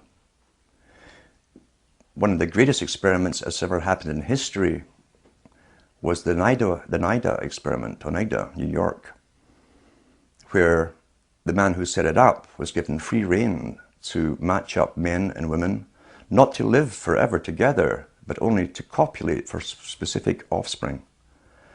Charles Darwin was involved in the experiment. The newsletter that the Oneidas set out went to also the Huxleys. H.G. Wells came over at the latter end for visits to it as well. It was one of the greatest eugenical experiments ever carried on under the protection and the guise and the rights of protection of Christianity. That's how they got away with it. And the man, Noyes, who was in charge of it, was a high Mason. His cousin was Hayes, who became the President of the United States. So big people were backing this experiment in eugenics through the latter part of the 1800s into the 1900s. What did they hope to gain? How can we bring this into the Council on Foreign Relations and the Royal Institute for International Affairs, or the writings of, say, Huxley's or Darwin's even? Well, they believe, and they believed by Darwin's time, that all of the people who had the right stuff to excel in life, to acquire wealth, good, intellects, property, and keep a hold of it through generations, had already been born. Therefore, anything that came after Darwin was just chance, perhaps, or luck. Therefore, all the elite families were already established. There would be no more elite families. Everyone else married in common because they did not have their wives or their husbands picked for them. They were not mated up for eugenical reasons. They were called commoners. We find the same expression coming out today with the new term for eugenics. They call it bioethics. And the bioethicists are saying that those people, the common people, have junk genes. It's another slander on the public, you see. Meaning you have all these weird, erroneous genes because none of you down through the generations were specifically married up for specific reasons. Whereas you go into the line of, or the lineage of Darwin, and the Darwin family and many other families of his time were already only breeding into one other family for generations. And the Darwins, for about 5 generations that we know of, by records, birth records, and marriage records, only married into the Wedgwood family, the big pottery conglomerates. And when Charles Darwin's first wife died, he married his mother's sister, who was a Wedgwood as well. The problem with this incredibly close inbreeding, and I should say too, the Huxleys were also descended from Darwin too. You'll find contacts there, and their wives. How many of these families, these wealthy elite families, were actually into inbreeding in this fashion, this close inbreeding, we'll never really know. Maybe one day they will publish it. But I know that Ian Taylor came out with an excellent book on Darwin called Darwin and the New World Order, where he documented the lineages of at least the Darwin family to do with the Wedgwoods. And as I say, the unfortunate thing of such close inbreeding is you can have, if there's a dominant gene there prone to a specific illness or disease, it tends to be passed on. And I think that with genetic research, they hope to overcome the problems they've had with such close inbreeding for themselves. But genetic research will not be used for the benefit of the rest of humanity, even though it's our tax money that's going into and has been going into the research for so long. How long have they been working, and why have they been working so long on genetics? What's the reason for it? All geneticists are eugenicists because it starts off in your first course to do with eugenics, superior and inferior types. Therefore, at the start of their training at university, they become true believers in eugenics to begin with. We've been told that the double helix in the genes and so on wasn't discovered until Watson came along around the 70s or so, and that they'd always suspected that there were things called genes. This was standard in all medical training for many, many, many years, but they hadn't found them. They just suspected they were there, we're told. But yet, if you go into the writings of the greatest mathematician that the Royal Society could produce, called Rutherford, he's the guy they sent off abroad to do the equations for the pyramids and so on for the Royal Society. In his own memoirs, he said that in the early 20s, he was employed on scientific research as a mathematician to work on genes. Why would you need a mathematician working on genes for something you haven't discovered yet? You can't see them unless they could see them. And I believe that's how far ahead they truly were back then. They did know the genes were there. They were working on them heavily. Because, as I say, the agenda since at least Darwin's time onwards was to create a superior type of human. They toyed with the idea of creating even a superior type of worker to serve the superior class. Someone who could be very, very healthy, bright enough to accomplish all the tasks, but not too bright to overthrow the dominant minority. That's what the utopia, or the utopic idea, is basically based upon. Some of them are so arrogant, like Julian Huxley, who was the first CEO of UNESCO, who said that UNESCO's function, by the way, the United Nations Organization for Education worldwide, was to create a standardized system of education across the world so that all children could be manipulated into the same thought patterns, belief patterns, and mentality, basically. A standardization process, a Plato's cave that would all grow up in, never knowing anything outside that cave. He was quite blatant about that. It was for social engineering purposes, not for educational purposes as such. Now, eugenics goes back, as I say, into the most ancient times. All kings and queens were mated up for their supposedly inherited traits as leaders and even as gods by the priesthoods, who kept records of the traits, the physical and mental personality traits of offspring of these unions. The one thing that was lacking was a moneyed class who also used the same techniques. We find this coming out with the Rothschilds family. So you had monarchies running the world, running an empire such as the British Empire. All you needed now was the moneyed system to go along with it. We find the Rothschilds worked on the same principles as monarchies. They intermarried each other to keep the same intellects, abilities, and so on going. With the Rothschilds, we find they only marry their nieces, their immediate nieces, down through the generations. We find Benjamin Franklin, very interesting man long before this, again, high Freemason. This is in his own records at the Franklin Institute. He joined the English Lodge. He joined other lodges. He became eventually the Grand Master of the Nine Sisters Lodge in France. He initiated Voltaire in as a member and others. But he was also a member of the Hellfire Club in England. Benjamin Franklin talks about the carriers. He called them dollies.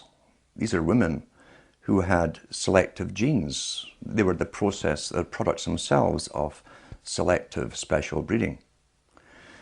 And the Hellfire Club, like many Masonic high Masonic institutions of that time had what were loosely called, and wrongly in a sense, brothels attached to them. But it was also a cover because the special carriers or dollies, and dollies, the term that Franklin himself coined, is still in use today. A dolly is a carrier, like something you carry luggage on or whatever.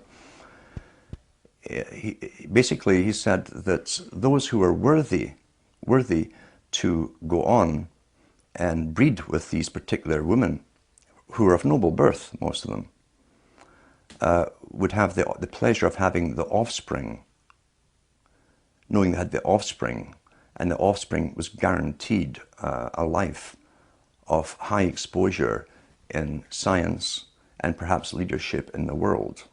Madame Bouvier was the one he was talking about initially at the Hellfire Club in High Wycombe, London. And Madame Bouvier's descendants still live. There's two of them in France today. And the other one was Jackie Kennedy. If you look at how politics is run, and you go into the writings of people like Lenin, for instance, Lenin said there are 1,000 directions and systems in which people could go and live under, but the public mustn't know that. He said it's important that the system that's created for them is accepted by the people, so that they think that it's the only system that could possibly work. And it's true. We're contained in a system of left and rights, supposedly the have-nots against the haves, or those who own the means of production against those who don't, the workers. And that's traditional Labour versus Tory, or Conservative versus Democrat. That's how the system is run. It keeps the public contained within a system of thinking that it must be one or the other, or a middle road in between, which they push. It never occurs to the general public that society has lived in the past under many different types of systems. And as Lenin said, it's important that the public don't know that the system they're born into was designed for them, and that it could be any different. They must think it's the only natural one that could have evolved in their lifetime. Therefore, you're contained within a restriction of parties. You vote in one party when you're sick of the last one, not because you want the new one in. It's because you're sick of the last one and what they've done to you. And once they've been corrupted and gone off in different tangents in ways where they never explained during the entire elections, had nothing to do with their election promises, you vote them out and get the next party in. And so we go on forever with this left-right paradigm. Always think it's like a tennis match, really, with the public in the middle. We're the ball, and we just simply go back and forth between left and right, left and right, left and right. Meanwhile, we're being shepherded all along in one direction, because politics is a tool of the elites to manage the public. That's all democracy, in fact, really is, a tool of the elite to contain the public, manage them, and guide them along a predetermined path that's outside of any kind of democracy. But if you take Bush, what he was sent in to do was to wait, and I believe this truly, he was to wait for 9/11 happening in 2001. 2001 happened, every country automatically went on board with the same agenda at the same time, which shows pre-planning. Bureaucracies in different governments do not work that fast. It takes years to get that kind of cooperation, that kind of synchronicity working together and synchronization. Bush's job was to bring in a totalitarian system under the guise of protecting the public, where you lose your rights, and set up the machinery, the agencies to do it, the military forces, the paramilitary forces now that the police have become, to set up the institutions for enforcement of laws. Obama comes in, takes over the institutions that are now set up, and his job is to guide you through the economic depression and use those forces against the public at the required time. That's how it works. There's a continuity as far as I'm concerned. It's not a separate regime whatsoever. The same boys who put Bush in, the bankers and all the rest of it, put Obama in, and Obama's proved his loyalty to them by literally allowing them to rape the public of all their funds, and then rewarding them by public funding and tax money to save the same bankers. He's one of their own boys, but he now has the machinery in place that Bush set up to quell the coming riots that they say are going to come, and to manage the public into a brand new system of what they call not government but governance, international governance. If you listen to Obama's speeches before he was elected and analyse what he actually said, he said very little. He was giving emotive speeches with no substance. He never said what he wanted to do or how he was going to do anything. It was almost like a lead up to a movie that hadn't been made yet. Emotional talk of hope, but not saying how the hope would be transformed into realities. He used the term that's been used in academia for the last few decades in the Ivy League schools and universities of the century of change. So his slogan became, and they use slogans written for him, change is good. Any idiot should ask the simple question, wait a minute, what change are you talking about? How can you be for change if you don't know what the change is going to be? It could be for your detriment. But they got the people parroting, like George Orwell said with the sheep, you know, 4 legs good, 2 legs bad. Change is good, and the people, his followers, start to repeat it, change is good. What kind of change are we talking about? The loss of sovereignty, the blending into an international institution, a world government system, a system where not only is America bankrupt and the most indebted nation on the planet for loaning money out to other countries and policing the world, being the policeman of the world, now Obama wants to lead the charge on sustainability, carbon taxes, by making America the example for the rest of the world to follow. He's asking everybody to sacrifice everything they have. That's what he means by change is good. He didn't dream up this plan. He is a member of the Council on Foreign Relations. Again, that comes from the Milner Group, the Cecil Rhodes Society, the Royal Institute for International Affairs, that planned world governments using Britain based as a model for the British Empire, now become the American Empire in a sense. And the changes here he's talking about is a new world of servitude, where you will serve the world state. And you'll also have to pay off all your debts along the way. Which is impossible as far as I'm concerned. You cannot ever pay the kind of debt America has incurred since World War II. It's impossible to pay back. Therefore, the changes he's talking about really is a New Deal. When you hear a New Deal mentioned by any president, and we got that from FDR, we got it from Bush, last Bush it was in, a New Deal. We're getting it from this administration. That's a legal admission from the leader of your country of a new system.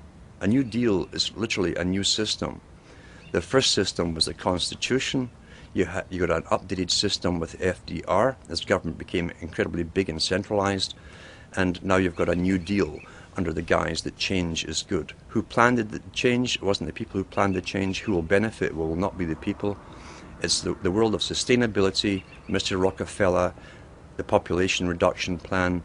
Those who will go into the future will be those who are necessary for the future's maintenance, and those who are simply obsolete, the useless eaters, will have to perish and die off. It's as simple as that. This generation today, the ones who are alive today, we are the generation that's going through the biggest changes in history, according to even Rockefeller himself, since the Industrial Revolution. It's the end of one phase of a long-term plan. And out of this comes a new world order. As they've said, Mr. Brown said, the Prime Minister of Great Britain said at the G20 meeting recently, it's a new world order. A different order from the previous one, where people technically were working for themselves, would choose their own employment and so on. The new world order is a planned system, a planned economy, a planned population. So it's up to us. It's not up to the next generation to change this. We're the only ones who can possibly do the changing. And it's either really the rights to go into an uncertain future, which is what life should really be, where we decide for ourselves where we want to go individually and collectively, or allow ourselves to be dumb animals, creatures who are guided by those who have decided they are the masters of our destiny, and allow ourselves gradually to be sterilized, killed off, used for the last part of their agenda and their wars, and then cast off. Many people will love socialism. They enjoy being guided, and they enjoy their bosses running the world for them. But it's up to those who like freedom, personal freedom, which also entails uncertainty of where we're actually going to go. These video interviews have all been exclusive, and they're going to be archived at prisonplanet.tv. Please download them, burn them to disk, and give them to everyone you know. Upload them to YouTube. This information is vital not just to our free republic, but to the future of free humanity.